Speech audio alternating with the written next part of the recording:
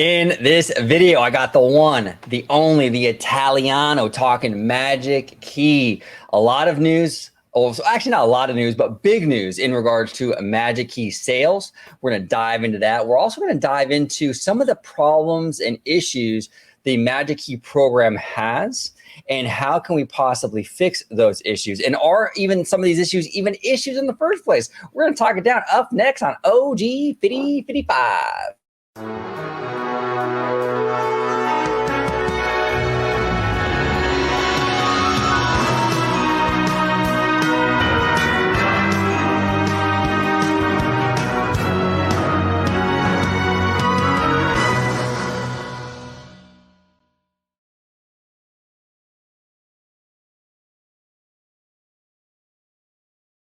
Welcome aboard, everybody, to another episode of OG 55. I got the one and the only, the Italiano, Mr. Citrus Corner here in the house with me. We're going to talk all about Magic Keys. This is a full-on Magic Key OG 55 special right now. George, if you can remind everybody where they can find you on social media, sir.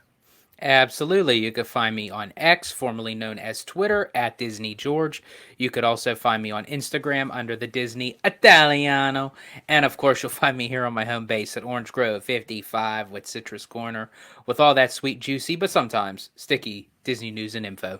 Yep, absolutely. Here we go. Let's rock and roll. Ladies and gentlemen, boys and girls, to all who come to this happy place, welcome to Orange Grove 55. There we go. We're in business. We are in business. Okay, so Mr. Scott Gooston, the one and only Scott Gooston, here says, breaking news. Magic Key Passes will resume new sales on January 10th, no earlier than 9 a.m. Pacific time. All 4 Magic Key Passes will go back on sale. Now, he goes on to continue here. All 4 Magic Key Passes will be available. The prices, no changes since October. So you have the Inspire Key at $16.49, Believe at $12.49, Enchant $8.49, Imagine $4.99.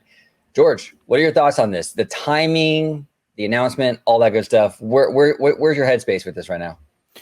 I'm a little surprised of how early it was. I was kind of betting it was going to be in the spring, but yet at the same time, you know, it's a brand new year, fresh start, 2024, kind of bringing off the new slate. And plus, Disney has been releasing a lot of great deals with tickets and hotel pricing, and for Disney Plus subscribers and what have you. So, I mean, what a better way to also make an announcement that the Magic Keys are coming back online. And I feel like with the reservation system now being removed from day ticket holders, there's a slight possibility the Magic Keys might stick around just as a normal regular purchase, where they're not kind of pushing and pulling those on and off levers, switches. Yeah.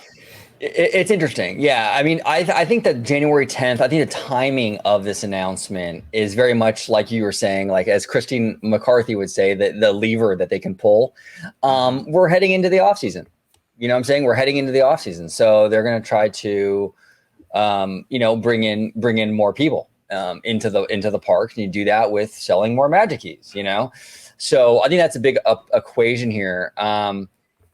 It's interesting because you bring up an interesting point. Like maybe it's possible. Maybe they get rid. I mean, maybe they get rid of this whole like kind of putting the Magic Keys in the vault, right?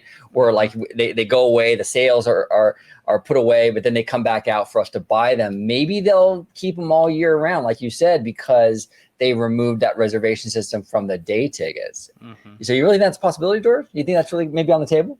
I think it is, because I mean, we were at a point where annual passes were available all year round, 24 hours a day, 7 days a week, 365 days a year. If you wanted to buy one, you could buy one. If you needed to renew one, or if you wanted it to fall off and buy later or what have you, you could do so. And I think now, with a lot of the restrictions of the reservation system now being kind of subdued off of the regular day ticket holders, I feel like that it's going to kind of leave some way where they can just focus on the system right now, because I still think in time the reservation system is going to go away for annual pass holders. But for right now, they can just focus on that, which takes a bigger chunk off of the monitoring, so to speak.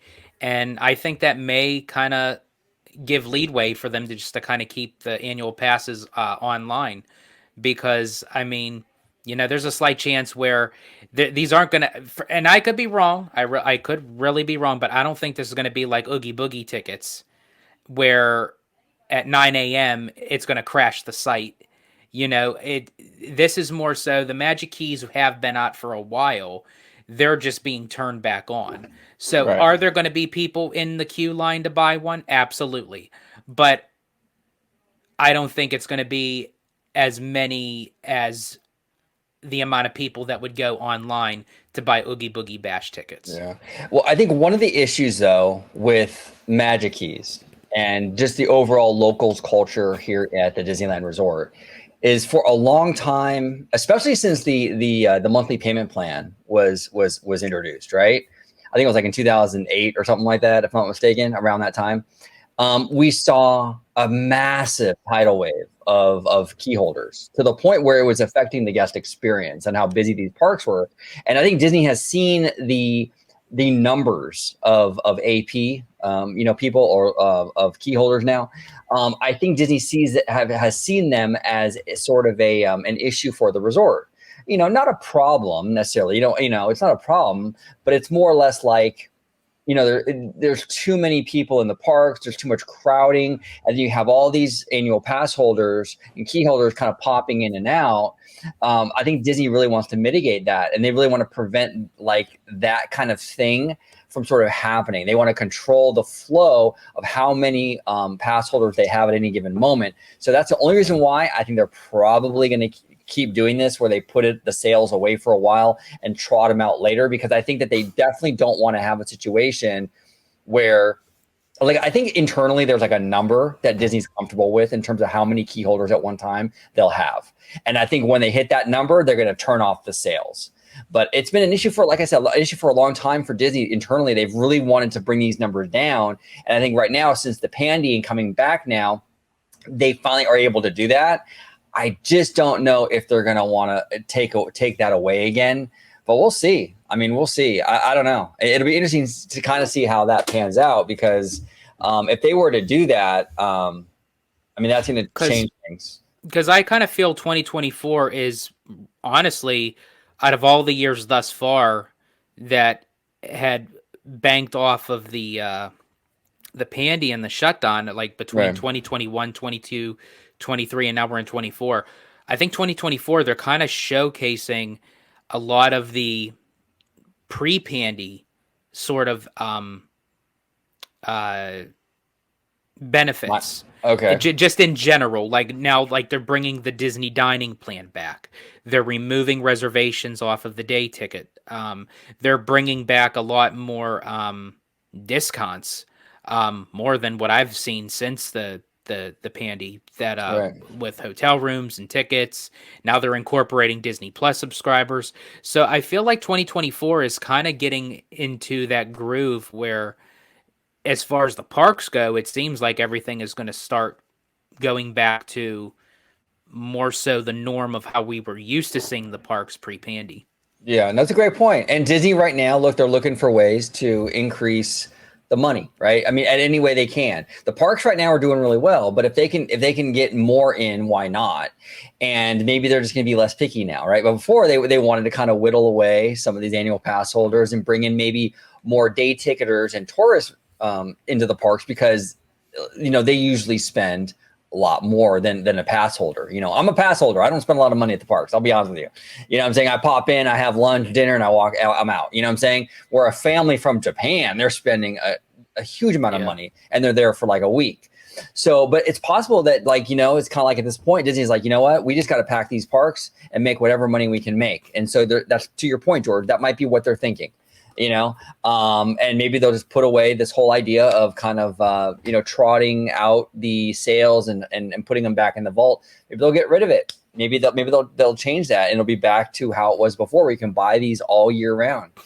I don't know. I mean, that's going to be pretty wild if that's the case. The thing though, with the whole, the whole sales tactic, right? It's a mind game. It's very much like, the Disney Vault with the DVDs, right? What it does, it creates demand though. So what you do is like when you take it away, you create the scarcity, and then the scarcity creates more demand, you know? That's and true. So that's another thing Disney, I think, enjoys is that when you pull it away for a few months, then people like, you know, we have friends who are like thinking about now maybe buying a key when they go on sale on the 10th. And the mindset for a lot of people are like, I should probably grab one because if they take them away again, when can I grab it again, right? It kind of forces you to make that decision. And I think that's an element here that Disney really enjoys. So there's a lot here. You make some great points. I can also see why they would also maybe won't get rid of it, but we'll see. I mean, Disney, they love to be full of surprises, brother. I'm telling you, there's been things that they've announced that I'm like, it came out of left field. I'm like, you know, it caught me off guard. So you never know anymore with Disney. But honestly, I do feel like one way or the other, like what either side that they decide, whatever route Disney decides to go, I'm actually very optimistic in a very positive way of like how they're proceeding forward with 2024.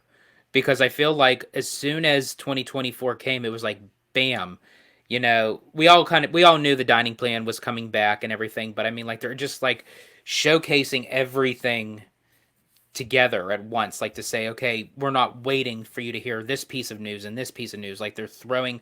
So sometimes fans mention to say, okay, I wish we would get that with the parks as far as like projects goes, but sometimes it doesn't really necessarily work that way when it comes to projects where you're throwing 10 projects at us at once. I kind of like the nice flow of that. I would rather get a big chunk of news like this: dining plan, hotel discounts, and those are Florida discounts. You're referring to, right? Correct. Yeah. Okay. Yeah. Just in general. Yeah. Now, the thing that would really kind of seal the deal for me, just in general, would be if they were to announce Disney transportation to and fro, going back. They don't even have to call it Magical Express anymore. If they want to call it something else, that would basically seal the deal for me. But yeah. Oh, I don't know why they're sitting on that. That's just like that was like the heartbeat of the Disney bubble in a lot of ways. You know what I'm saying? I don't know why. It's crazy, man. It's absolutely crazy. So now we have a friend of the channel, Marty Snyder. He's in the chat. He's a mod here on OG55, right? And we love Marty. And he's been a supporter and a friend of ours for a really, really long time. So he actually sent me a DM with some ideas, some suggestions that he would have for the Magic Key program. These are very interesting. I agree with some of them and I disagree with some of them. But let's go through them all, George. Okay. One by one, kind of break it down. If it's a good idea, bad idea, would it work, would it not work, and kind of go from there. So the first one, if you're going to release availability at 11 p.m., then why not extend that to the next day at, say, 11 a.m. or noon? Meaning you can cancel without a penalty.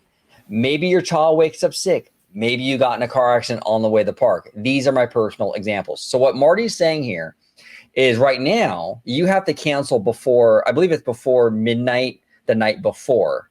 Like, say, let's say I have a reservation for tomorrow, right? I have to cancel that reservation before midnight tonight. You know, so I don't get a penalty. It's not a strike on my name, right? Right. If I wait till tomorrow morning, the day of, then I'm going to get a strike, okay? Because it's like a day of cancellation. So what Marty is saying is that instead of making it like the day before, extend that out to maybe noon the day of. So if I have a reservation for tomorrow, I have until noon tomorrow to cancel that reservation. Now, this is one of the things I actually disagree with Marty on. That would open up such a mess, I think. And this is why. There are people that would take advantage of these systems, okay? And what you would see here, if you were to do this, you would see people squatting on reservations even to a larger degree than they probably already do. They would pick these days and, well, I'm not really sure I want to go on that day, but I'm going to just grab the reservation anyway, just in case. And now you're giving those people the option to cancel the day of. So what happens is that person wakes up the day of and cancels it at 11:30 in the morning or noon that day, and now half the day is over. So that kind of screws over people that are looking for reservations who actually want to be in the parks. Okay. So you have this like manipulation of the system. Here's the other thing.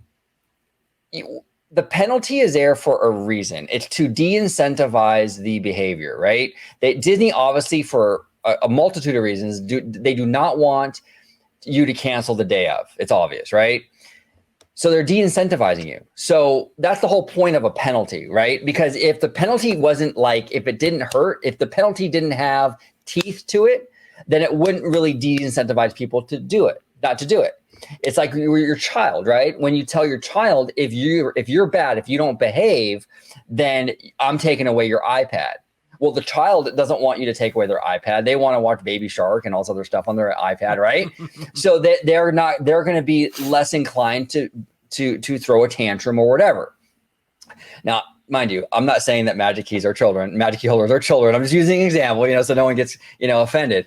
But that's what you're doing here, right? Even our justice system, there's you go to jail to de-incentivize crime, things like that. So you're trying to de-incentivize people from canceling the day of. So you needed to have a little bit of teeth. If you didn't have that, then people would abuse the system, I think, a lot more than they do. Now, here's the thing. You have 3 strikes, okay? You have 3 strikes before they like suspend your privileges, right? So I think it's and like it's for 30 days, correct? 90, I believe. Oh, 90 days. Yeah, it's 3 strikes within 90 days. Okay. So here's the thing with that. They're basically giving you one unplanned cancellation or day of cancellation, one of those days every single month. Like within the 3 months, the 90 days, it gives you one same day cancellation, one day of all 3 months, right?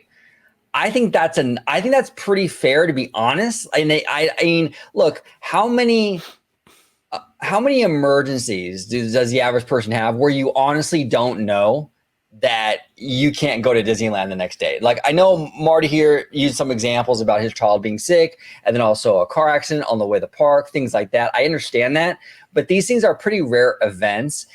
These things are not going to happen, 6-7 times a month or anything like that. You know what I'm saying? There's no way, depending on the situation, that a guest can appeal that notion. Like if they were to call Disney customer service or the Magic Key hotline, where they can describe their situation and they could end up like removing that. I believe you can. I believe you can. Yeah, I believe that is an option, if I'm not mistaken. Correct us in the comments if we're wrong, but I believe you can. Okay. I believe you can give them a call. In that case, then I would pretty much just... I think Disney is kind of like weighing their options, like what is the lesser of 2 evils? And I think that if they were to let it extend to the same day, which in a way I do get Marty's point in the sense that life is unpredictable. You don't know what goes on in everyday life. I get that point. Right. But just speaking to Disney on Disney's behalf in the situation that is put on them, yeah, you can possibly have those annual pass holders that'll sit on those reservations up to the last minute and cancel. And who is basically going to be looking at a reservation halfway through the day? They're automatically going to think, you know what, it's already too late, so why bother? Right, exactly. And that's so Disney loses an opening for someone that may have utilized that annual pass reservation for the whole day, end up going the whole day, and end up spending a lot of money. No, 100%. I'm actually going to bring this up real quick. Give me just a moment.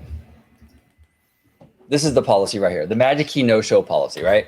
So it says here, to help optimize availability by reservations for Magic Key holders with intent to visit. At this time, Magic Key holders who are a no-show for 3 reservations in any 90-day window will be unable to make new park reservations or modify existing park reservations for 30 days. So that's where you got the 30. So I get it. I get it. I sympathize with people like Marty as well, where it's like my kid was sick and then like a week or 2 later, I got in a car accident and things like that. Life does happen.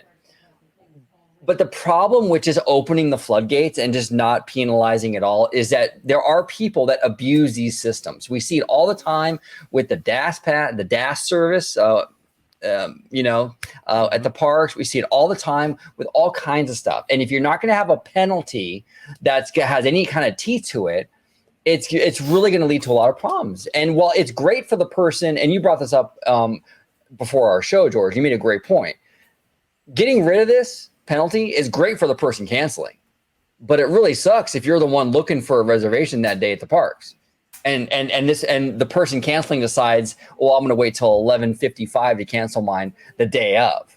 Well, you just cut half the day in for someone else who could have had the whole day at the park, right? I mean, it's a bad situation. So they have to have something. They have to have something to minimize abuse. Plus, you also have to think too, if you wait till noon the next day, a lot of people have to schedule time out to be able to go to the parks. Whether you have to make some arrangements with your job, or, kids with, their activities or what have you. Sometimes you can't make a spur of the moment decision to say, hey, a reservation opened up at noon. Yeah, let's all go to Disneyland. I'm for sure you could, but if you're a family of 5 or 4 even, or hell, I'll even say 3, sometimes that's not always the case that you can just pick up and say, okay, yeah, an opening came at 12 noon. Let's go. Yeah, 100%. 100%. So like I said, to kind of wrap this segment up, I mean, I sympathize when things happen, but at the same time, I can understand it. Yeah. I mean, it's kind of like your job too, right? Like, I mean, life happens, people get sick, but if you're calling out of your job like once or twice a month, I mean, even if those are legitimate things, I mean, eventually your boss is probably going to have a talk with you, you know what I'm saying? And not to compare your job with a fun thing like Disney, but it's the same kind of idea, you know what I'm saying? Where it's like, you have to have some ground rules here. And, I can see, honestly, on this one, Marty, I'm sorry, brother, but I respectfully, I can see where Disney's coming from with this one. Now, the next one, I completely agree with Marty. So this next one says, make Magic Keys available via Apple or Google Wallet like back east. Mm-hmm. This is the thing. I know for the cruise line, George, I was able to put our barcode, our ticket on my phone. Mm-hmm. I did it when I went with my mom and my sister for the Wonder, and I did it again with you and Mindy on the Wish. That was an awesome feature. Why doesn't Disney do that? I mean, it's a no-brainer. That's one of the things too with the app. The Disneyland app is always laggy, or it doesn't pull up, or it doesn't load. If you can get your Magic Key on the like the Apple Wallet, you can bypass all that. Because there were times I remember people posting on social media that the lines at the turnstiles got so backed up because there was like there were times like where on Disney's side their systems crashed. Then it's out of everyone's control. But then I thought there was a time where just the app in general wasn't working for guests, and that's the only way you could get access into your right. To get access to your ticket or your pass, unless I don't know. Do they even do paper ones anymore? I think they do. I think you have to pay for it though, or something like that. I don't know. Okay. I think you can request one, but you have to pay for it. Right. So majority, you're getting it off the app on your phone. So yeah, they do it for Walt Disney World. They do it for Disney Cruise Line. Why wouldn't Disneyland even be part of that category? I don't understand. It doesn't make any sense. And you bring up a great point, George. If the app crashes, then you have a backup plan. And a lot of times, I got to be honest, like I'll just screenshot my barcode sometimes because there's no reception in the parks and it's not loading, and you're in line and you get to the front and the turnstile and your app isn't working. So I'd rather just screenshot it when it finally comes up. I have my barcode. It's easy just to show them the barcode and they scan it. It just makes life so much easier. But the Apple Wallet would just be, I just make it life so much easier. And it doesn't make any sense because it's like, you can make the argument, right? Like, okay, well, maybe Disney wants you to go on their app, right? For whatever reason, they want you to utilize their app. Well, I mean, Walt Disney World doesn't seem to care, right? I mean, they're willing to have you go to Apple to do it, and for the cruise line and everything else. So it makes sense to me, Marty. I'm not really sure what the deal is or what the mindset is with that. And that's one of the things too, where I think Disney needs to get a little bit more streamlined, why not? It's weird how you can do some things for one coast and some things are not allowed on the other coast. We'll see. But anyway, that would be a great idea. And that's actually, because that's actually interesting, because up until that point, I've always just thought, okay, well, Disney World, Disneyland, they both kind of operate the same. But it wasn't until I started actually going out to Disneyland and noticing that these are two different beasts of how they are run in day-to-day operations.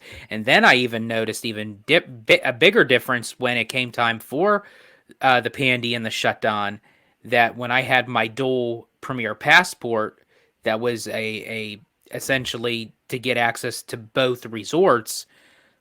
When one resort was opened and the other one was closed, you could only utilize the dual pass for half basically of what you're paying for. So they had to reimburse me for the second half that I couldn't use. Wow. Yeah. It was a mess, honestly. I loved my Premier Passport, but going through it with the Pandy, it was a nightmare. It was a pure, utter hell. Yeah.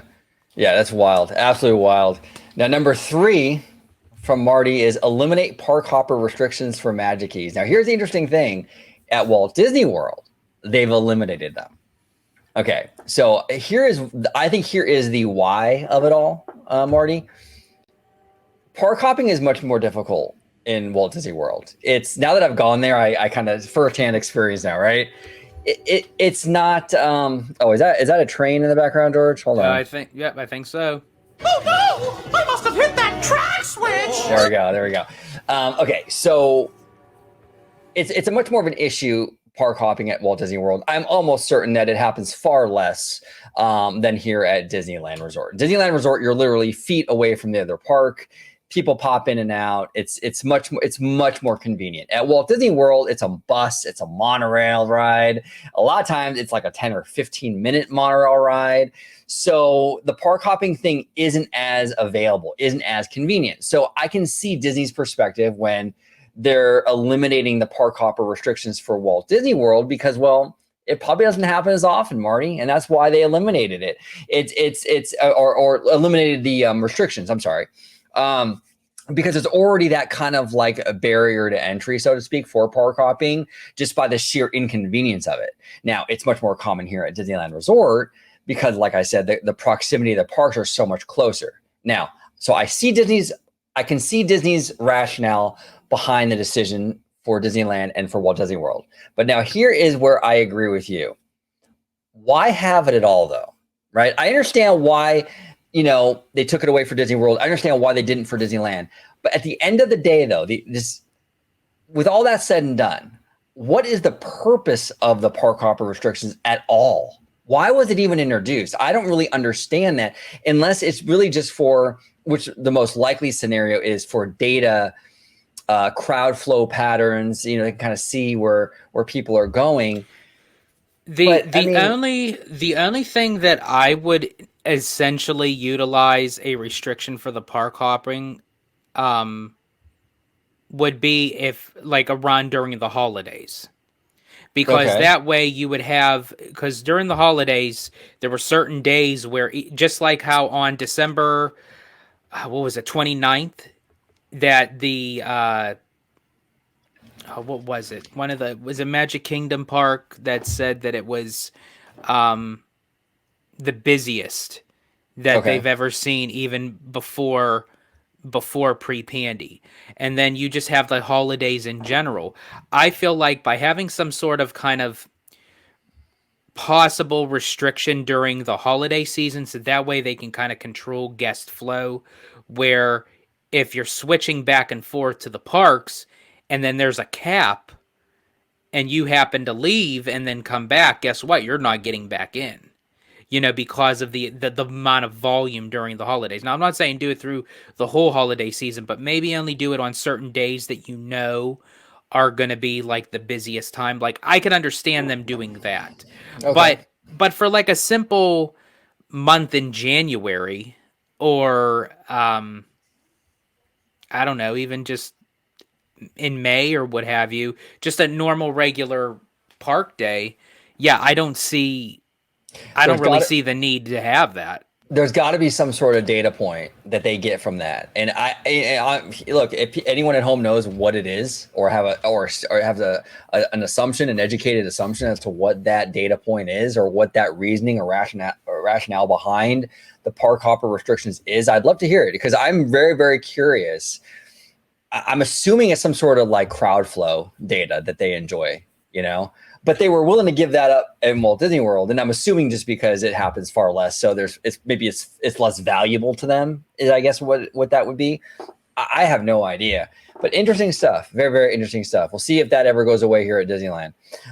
Number 4, Marty says, put the reservation system on the app. Now, I had to ask Marty to clarify this one for me, because I was like, well, Marty, but isn't it already on the app? I can make a reservation on the app. I can cancel on the app. What he's talking about is when you go to make a reservation, it takes you out of the app and onto a website. And you make the reservation on the website. And a lot of times it's a pain in the ass, because it takes you to the website and now you got to log back in again. All this of this one, stuff.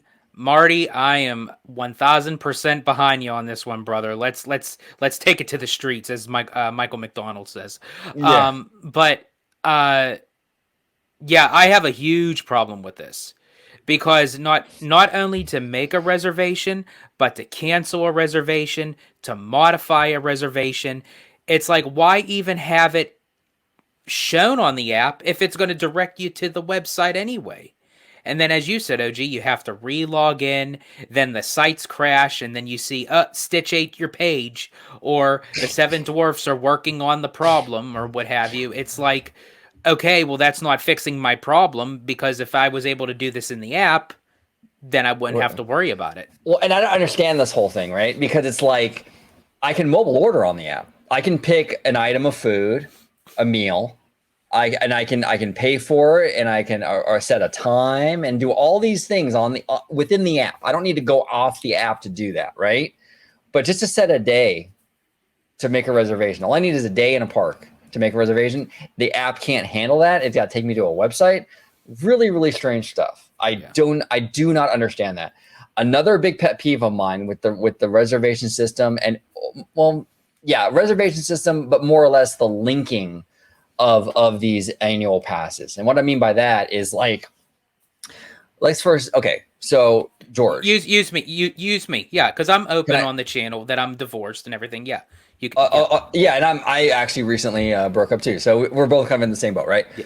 So we recently have gone through a separation. Okay, so when you're with somebody, you're married, or long-term relationship, whatever it is, and you go to the parks, you're gonna have your spouse's information on your phone, like their pass and all that stuff, right? But what happens when you get a divorce? So if you get a divorce and you erase your ex-wife, you remove her pass from your app. Well, your pass is still on hers though. Just because you delete hers on yours doesn't delink the two. She still has yours. And that's where it should. The second I was to delete it, remove it, it should do the same on her end. There should be an option on the app that delinks it from her phone too, because and this is the thing, there's too much information and too much power involved, like with that, because your ex could cancel your reservation. I mean, really, couldn't she? I mean, she could, or at the very least, she can see all your reservations. Maybe you don't want her to know all your reservations. You guys separated. There's a privacy issue there, right? There's too much power in that, and Disney's allowing people to see other people's stuff that they might not necessarily be okay with. Now, I understand at a certain point you might have been okay with this person, but relationships and things, people have falling out, divorces, all kinds of stuff. There needs to be an option for when that happens, you can do it yourself. You can delink. Now, for everyone at home, if you call Disney, they can delink the two, and that's fine. But they absolutely should offer that service on the app, because it looks like when you delete their barcode that you delinked it, but it didn't. And a lot of people don't know that. When they remove it on their end, they're just assuming that it's all well and good. While meanwhile, your ex or your significant other, or used to be significant other, that can still see all the data, all the information, all the reservations without you even knowing. So yeah, so from our experience with it, it is a real thing that you literally have to physically call to have specific people removed for Disney to physically unlink you. No matter what you do on your end, it's not enough. Yeah, no, I think that's a huge flaw. It's a huge flaw. I have a family member who went through the same thing. She went through a divorce or a breakup, and it was the same situation. She tried to delink it herself, or she thought deleting it was enough. The guy obviously it didn't delink it, and the guy had her information still. It was a whole big issue, and it's just Disney needs to streamline that. They need to make it a little more effective because not a lot of people talk about that, right, George? It's weird because that for me that's a big issue. It like is. when someone else has my barcode and they can basically utilize that or see my stuff. I think that's why it doesn't come up that much in conversation, because a lot of people don't know about it, and Disney doesn't really explain that. They don't showcase it on the website. They don't put it in. I mean, I don't even know if they put it in the terms and agreements when you purchase your Magic Key or tickets or what have you, because I mean the words are like smaller than Flick's ass. So I mean it's. Yeah, no one's reading that stuff. And that's like Disney does its due diligence with having it on there, but no one's reading the fine print. Absolutely not. But something like that though should definitely be readily available. It shouldn't be the fine print. Yeah. If you want, there should be an option, a button that you push, delink this person, and you click it, and it delinks them. I mean, it's just easy. You know what I'm saying? And the fact that they don't get that option, the fact that Disney doesn't see that people might not always be friendly with each other. That your wife or your husband might not always be your wife or your husband. At one point, you might have a dirty, really bad divorce, and that you do want to delink. And see, that's why that they should come up with Disney upshul agreements. Yeah, exactly. That's exactly it. That's what we're saying. That is exactly what we're saying, George. Number 5 here, Marty is saying an option to add Genie Plus to the Magic Key, even if it's only 1 per day. Now that's interesting. Well, would you be supportive of that, George? Would you like that if that was part of your key, if it came with it? I would say, yeah, actually, I kind of would. And I know I'm going to be, they're going to say, George, no, stop, but it is the way it is. I would like that, but just be aware Disney is going to raise the price on the Magic Key. However, it still evens out, because if you're paying the premium a year for your Magic Key, and you're going to pay the upcharge for Disney Plus or what? Disney Plus, God, Genie Plus. It's not too many pluses in this company. Genie Plus. Why not add it as a feature, as an upcharge that you can maybe add a couple more $100, or hell, even if it's an extra $1,000 that you can actually have. Now I say that. Now hold on. I say $1,000 because that way it could just be an add-on for the whole entire year. Okay. And then you could utilize it however you want. Oh, like unlimited Genie Plus Unlimited. access. Okay, Yes. I see what you're saying. Yeah. And then if you want to do like what Marty's route, where it's like maybe just limit 1 per day or something, it can be lower. But you can add the Genie Plus in there as like, each tier would have a different Genie Plus offering. Yeah. Or it can be an a la carte, where you can add Genie Plus to any key, and it's just an added cost. So let's say you add Genie Plus to your Inspire key. It's a $300 a year charge or whatever it is, and you add that to your key. And so your Inspire key will be a little more than someone who didn't have the Genie Plus add-on, But stuff like that would be an interesting way to kind of do that. I would be very supportive of that. I don't think that's a bad idea at all. Yeah, I like it. And Disney is still making capital on it, Yeah, they're still making money on it. I mean, they're still making the money on it and stuff. Now, the only issue with that is that we've talked a lot about that on the show with Genie Plus, right? Where it's like the big problem with Genie Plus is there's too many people in the system. So when you use Genie Plus, it's not as fast as it could be, because a lot of people are in that system. So the lines are not as fast as they could be. Now, if you're adding it to a key now, is it going to make the lines worse? Is what I'm saying.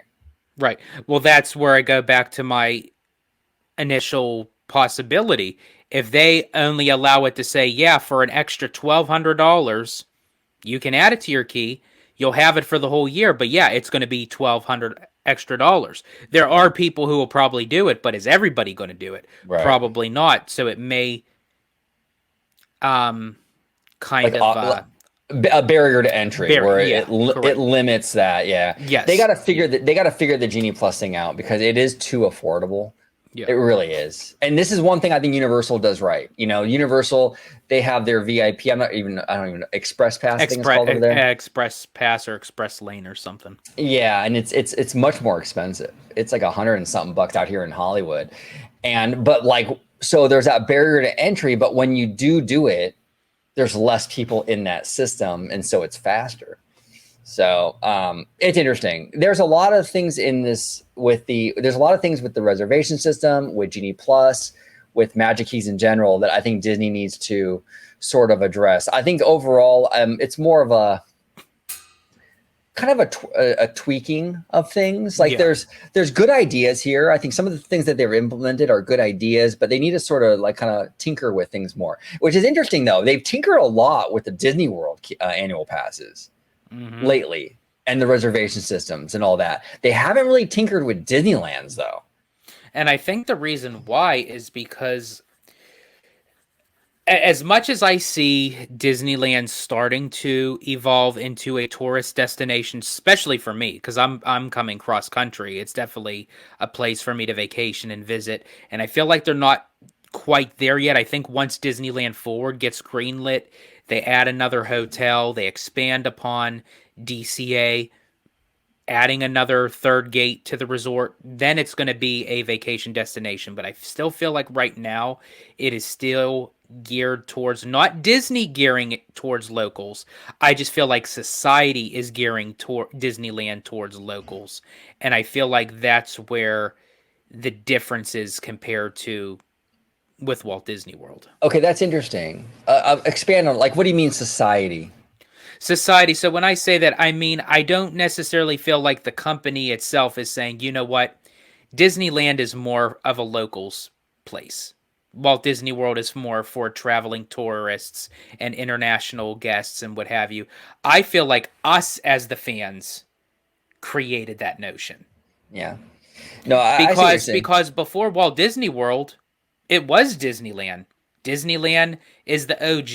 It was the top dog park of its time. Obviously, everyone had to fly out to Disneyland before Walt Disney World, but then when Walt Disney World came and it became the vacation kingdom, of the world, which it is, it kind of put Disneyland in the shadows, so to speak, when it came time to say, well, yeah, bigger's better. So it almost became that common misconception of saying, okay, well, we got to go to the bigger resort because we're banking more for our buck. Well, little do you know that, yeah, Disneyland's smaller, but they still offer a whole lot of things that you still can't get at Walt Disney World to this day. Very, very true. And we talked a lot about this too with Universal, where the more parks they build, that kind of same effect might happen, and it probably will. Where when you have the Orlando resort and then you build one over in the UK, you're inevitably going to pull away from that tourism, because now people in that side of the pond, you're de-incentivizing them to fly out here. Mm-hmm. I get it. There's going to be differences, like any other park has. There's always going to be differences, but there's going to be a lot of people that are just like, you know what? I got one in my backyard. I mean, I'm cool with this one. You know what I'm saying? Yeah. And that's where I feel like it's more on us as the fans in society. We're the ones labeling Disneyland as the locals park and Walt Disney World as the tourist destination. Yeah. And I wish they would I really wish Disney would, if you build that third gate though, if you build it's a game changer. It's a game changer. Yeah. It literally changes everything, because you're now, even though Walt Disney World has 4 parks, but in comparison to how much you can do in each of those parks, where you could already you could probably put all the attractions within the 4 parks at Walt Disney World, and it would add up to the amount of attractions that's just in Disneyland, not counting Disney California Adventure. So if you then add a third gate to that, and then another hotel, and expand .dca, oh, Disneyland got a golden. Oh yeah, no, I think you would get a lot more tourism dollars. Absolutely. Just build Westcott, Disney. Come on, do the right thing. Come on. If you're watching, do the right thing. All right. Well, George, I want to thank you, brother, so much for joining me today, talking all about Magic Key. I also want to give a shout out to Marty Snyder for his Magic Key and Reservation System suggestions. They were awesome. It was very really good cool. Points. Very good points. And we agreed on most of his stuff, Yeah. Just a few things here and there that we kind of parted ways with. But hey, that's what makes a good conversation, I think, in that you're not always going to agree, it's more fun that way. That's what makes the world go round. Fro, stop and go. Okay, I got to stop because I'll start singing that whole song. No, what is that song? I never heard that song. Oh, it's from The Sword and the Stone. Oh, that's right. Okay. All right. Yeah, that's true. All right, brother. If you can let everybody at home know where they can find you on social media, sir. Absolutely. You could find me on X, formerly known as Twitter, at Disney George. You could also find me on Instagram under the Disney Italiano. And of course, you'll find me here on my home base at Orange Grove 55 with Citrus Corner, with all that sweet, juicy, but sometimes sticky Disney news and info. And actually, I should have left that open. I should have left that up to the chat to see if anyone could have figured out what that song was from. Yeah, exactly. Now, just a programming note, we got a really fun guest coming up on the channel very soon. I can't say. Stick around for it because it's going to be a doozy, folks. Yeah, it's gonna be great. Absolutely fantastic. We're really excited. So look for that very soon. And we're going to continue banging out these live shows. George and I really love just hanging out with our community and our, it's a lot of fun. So look for more of those in the next, just going forward, basically. I look for that, so it's gonna be great. But so everybody at home, comment down below with all your thoughts, your opinions on the Magic Key, on Magic Key sales returning, on the reservation system, on the apps, all that good stuff that we're or if talking there's about. anything else that you can think of that may better utilize the Magic Key. If there's something that you would like Disney to change that maybe we didn't mention on this show, then definitely comment down below. We'd love to hear from you. Absolutely. And as always, have a wonderful day. Bye-bye, everybody. Like iced tea, I'm OG. Like iced tea, I'm OG. Like iced tea, I'm OG. I'm demon like IT. Got more juice than high C.